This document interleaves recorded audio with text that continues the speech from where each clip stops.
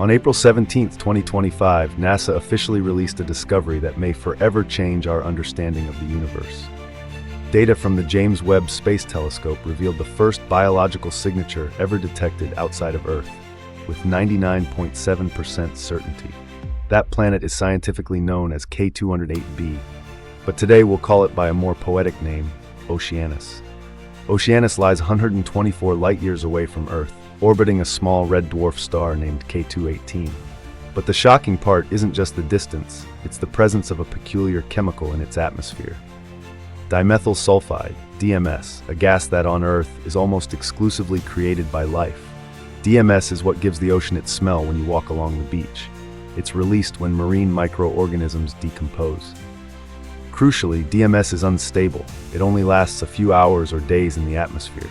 That means if it exists somewhere, it must be constantly replenished, which suggests something is alive. The readings from James Webb didn't just detect DMS. They revealed concentrations 1,000 times greater than Earth's, which leads to a mind-blowing hypothesis. Oceanus might not just harbor a cell or two, but a thriving oceanic ecosystem. This discovery wasn't an accident. It came after a decade of coordinated research and persistence from the world's most powerful space observatories. In 2015, the Kepler telescope, during its second mission, K2, detected more than 1,200 exoplanets. Among them was K28b, a strange world, 2.5 times larger and almost 9 times more massive than Earth. Most importantly, it was located in its star's habitable zone. In 2017, the Spitzer telescope confirmed that the planet's distance from its star allowed for liquid water to potentially exist. Around the same time, astronomers in Chile using the HARP spectrograph measured the planet's density, suggesting it could be a water world. By 2019, the Hubble telescope spotted water vapor in the atmosphere of K28b. For the first time, astronomers were looking at a potentially habitable world with actual water vapor above it. Hope was no longer theoretical. Then in 2023, James Webb entered the scene. With unprecedented precision, it used near-infrared spectroscopy to detect chemical traces. That's when the first hints of DMS appeared, but they weren't conclusive. NASA didn't stop there.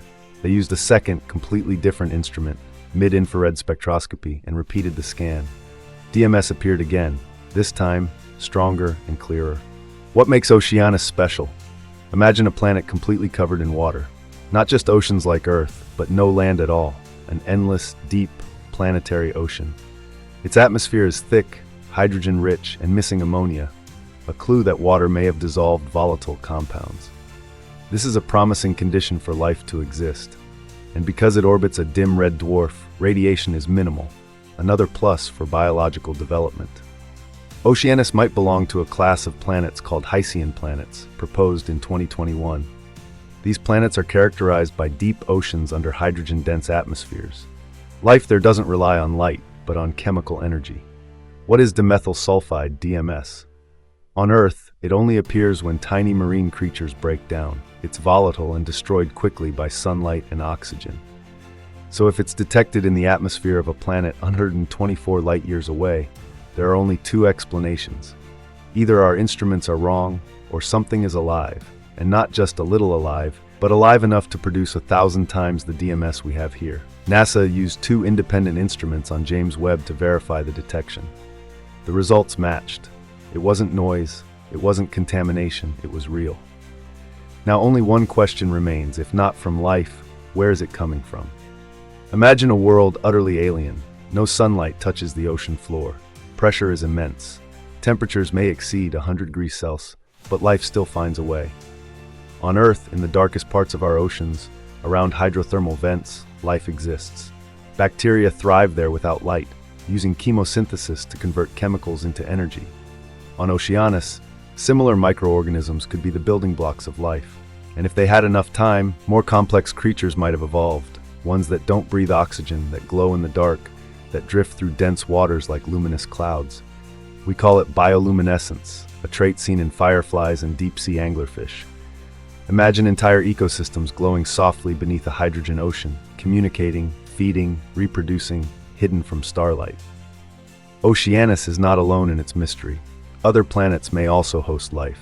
Teegarden b, only 12.5 light-years away, may have moderate temperatures in a twilight zone between eternal day and night. Possibly not tidally locked, may still have day-night cycles in a stable climate. GJ12-4b, a water-rich world with supercritical water due to extreme pressure and heat. Not like Earth, but still full of potential. WASP-76b, a place where molten iron rains from the sky, harsh but fascinating. There's also GJ50b, a pink planet.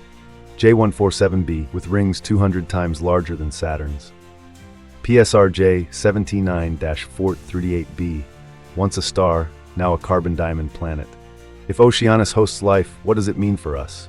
It suggests life is not rare, that it emerges naturally when conditions are right, that Earth is not a cosmic miracle, but a cosmic pattern. There's a theory called the Great Filter. It argues there's a barrier that most civilizations can't cross, whether it's forming life, becoming intelligent, or surviving their own progress. If Oceanus has life, maybe we've passed the filter. Or maybe the hardest part still lies ahead. We can't reach Oceanus, it's too far. 124 light-years, an unbridgeable gulf by today's standards.